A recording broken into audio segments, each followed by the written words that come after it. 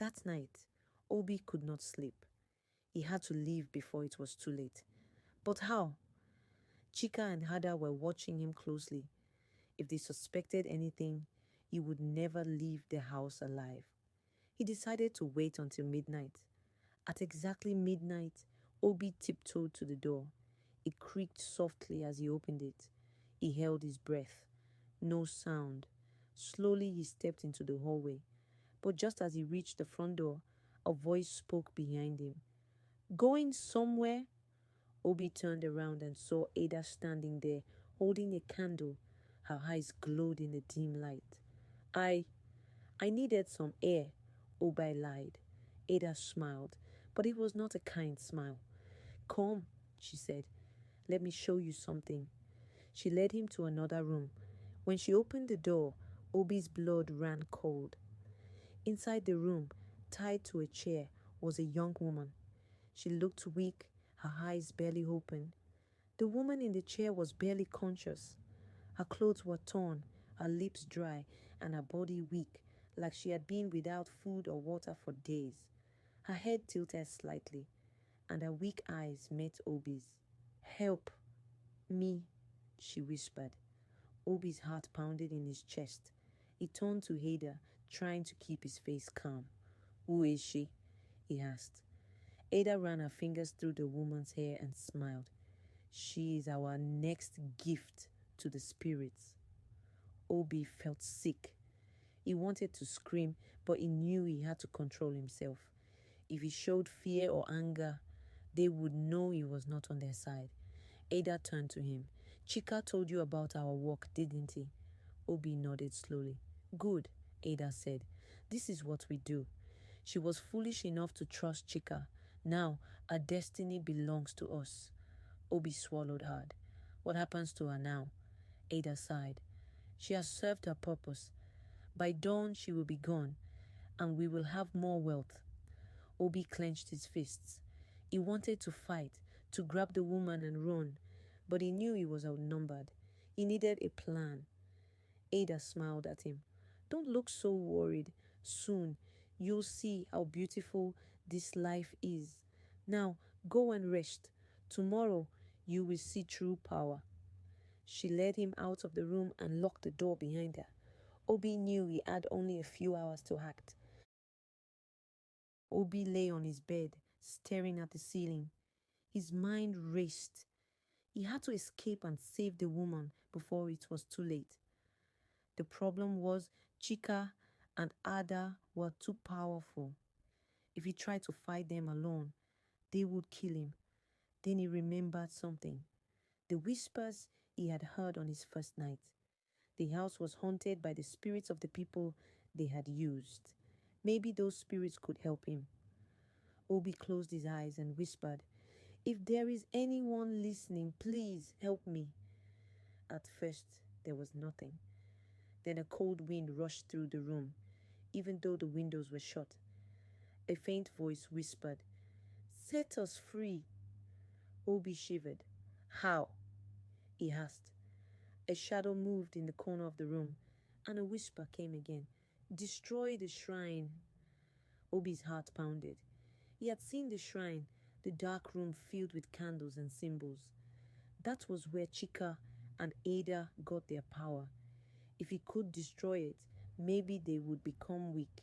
He took a deep breath. He had a plan. Obi waited until the house was silent. He crept out of his room, moving as quietly as possible. His first stop was the room where the woman was tied. He picked up a heavy stone from the ground and smashed the lock. The door creaked open. The woman's eyes fluttered open. She was weak, but still alive. I'm here to help you, Obi whispered. She nodded slowly. Obi untied the ropes around her wrists and helped her stand. She was too weak to walk properly, so he carried her on his back. He stepped into the hallway and froze. Chika was standing there, watching them. So, Chika said coldly, You think you can betray us? Obi's heart pounded. He had no weapon, no way to fight. Then suddenly the candles on the walls flickered. A cold wind rushed through the house, and a whisper filled the air. Destroy the shrine! Obi saw his chance. He turned and ran, carrying the woman. Chika shouted behind him, and Ada's voice screamed in anger. Obi ran straight to the shrine. He kicked open the door and saw the wooden table covered in charms and candles. With all his strength, he lifted the table and slammed it to the ground. Thunder roared. The entire house shook. No! Ada screamed. The walls cracked. The candles flickered and died. A terrible wail filled the air, like the cries of hundreds of spirits being released. Obi grabbed the woman's hand and ran out of the house just as the roof collapsed behind them. The entire village woke up to the sound of the collapse. People rushed to Chika and Ada's house and saw it in ruins. Obi stood in front of the wreckage, holding the weak woman in his arms. The village chief arrived. What happened here? He asked. Obi took a deep breath and told them everything. How Chika and Ada had been using people for rituals, how they had tricked innocent men and women, and how he had destroyed their shrine. The villagers were shocked. Many of them had lost friends and family members over the years, and now they finally knew why. A loud cry came from the rubble. Chika and Ada crawled out, their fine clothes torn, their faces covered in dust. But something was different about them. Their eyes, once sharp and full of power, were now dull and lifeless. Their bodies trembled as if they had lost all their strength. They are finished, the chief priest said. Their power is gone. The villagers seized them immediately. What do we do with them? Someone asked. The chief looked at them for a long moment, then said, Let the gods decide. Chika and Ada were taken to the shrine of the gods, where the chief priest prayed for judgment. By morning they were gone. Some say the gods took them. Others say they ran into the forest, never to be seen again. A new beginning. With Chika and Ada gone, peace returned to Umokoro. The missing people's families finally had closure. The woman Obi saved recovered with time.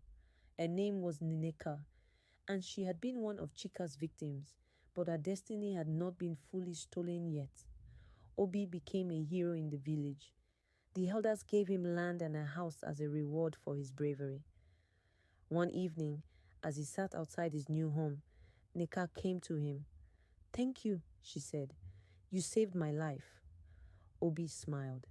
The spirits helped me. She nodded. Maybe the spirit sent you to this village for a reason. Obi looked up at the sky where the stars shone brightly. He knew one thing for sure. Evil can hide in beauty, but in the end, the truth will always come out. And with that, Umokoro was safe once more. The end by BigBima.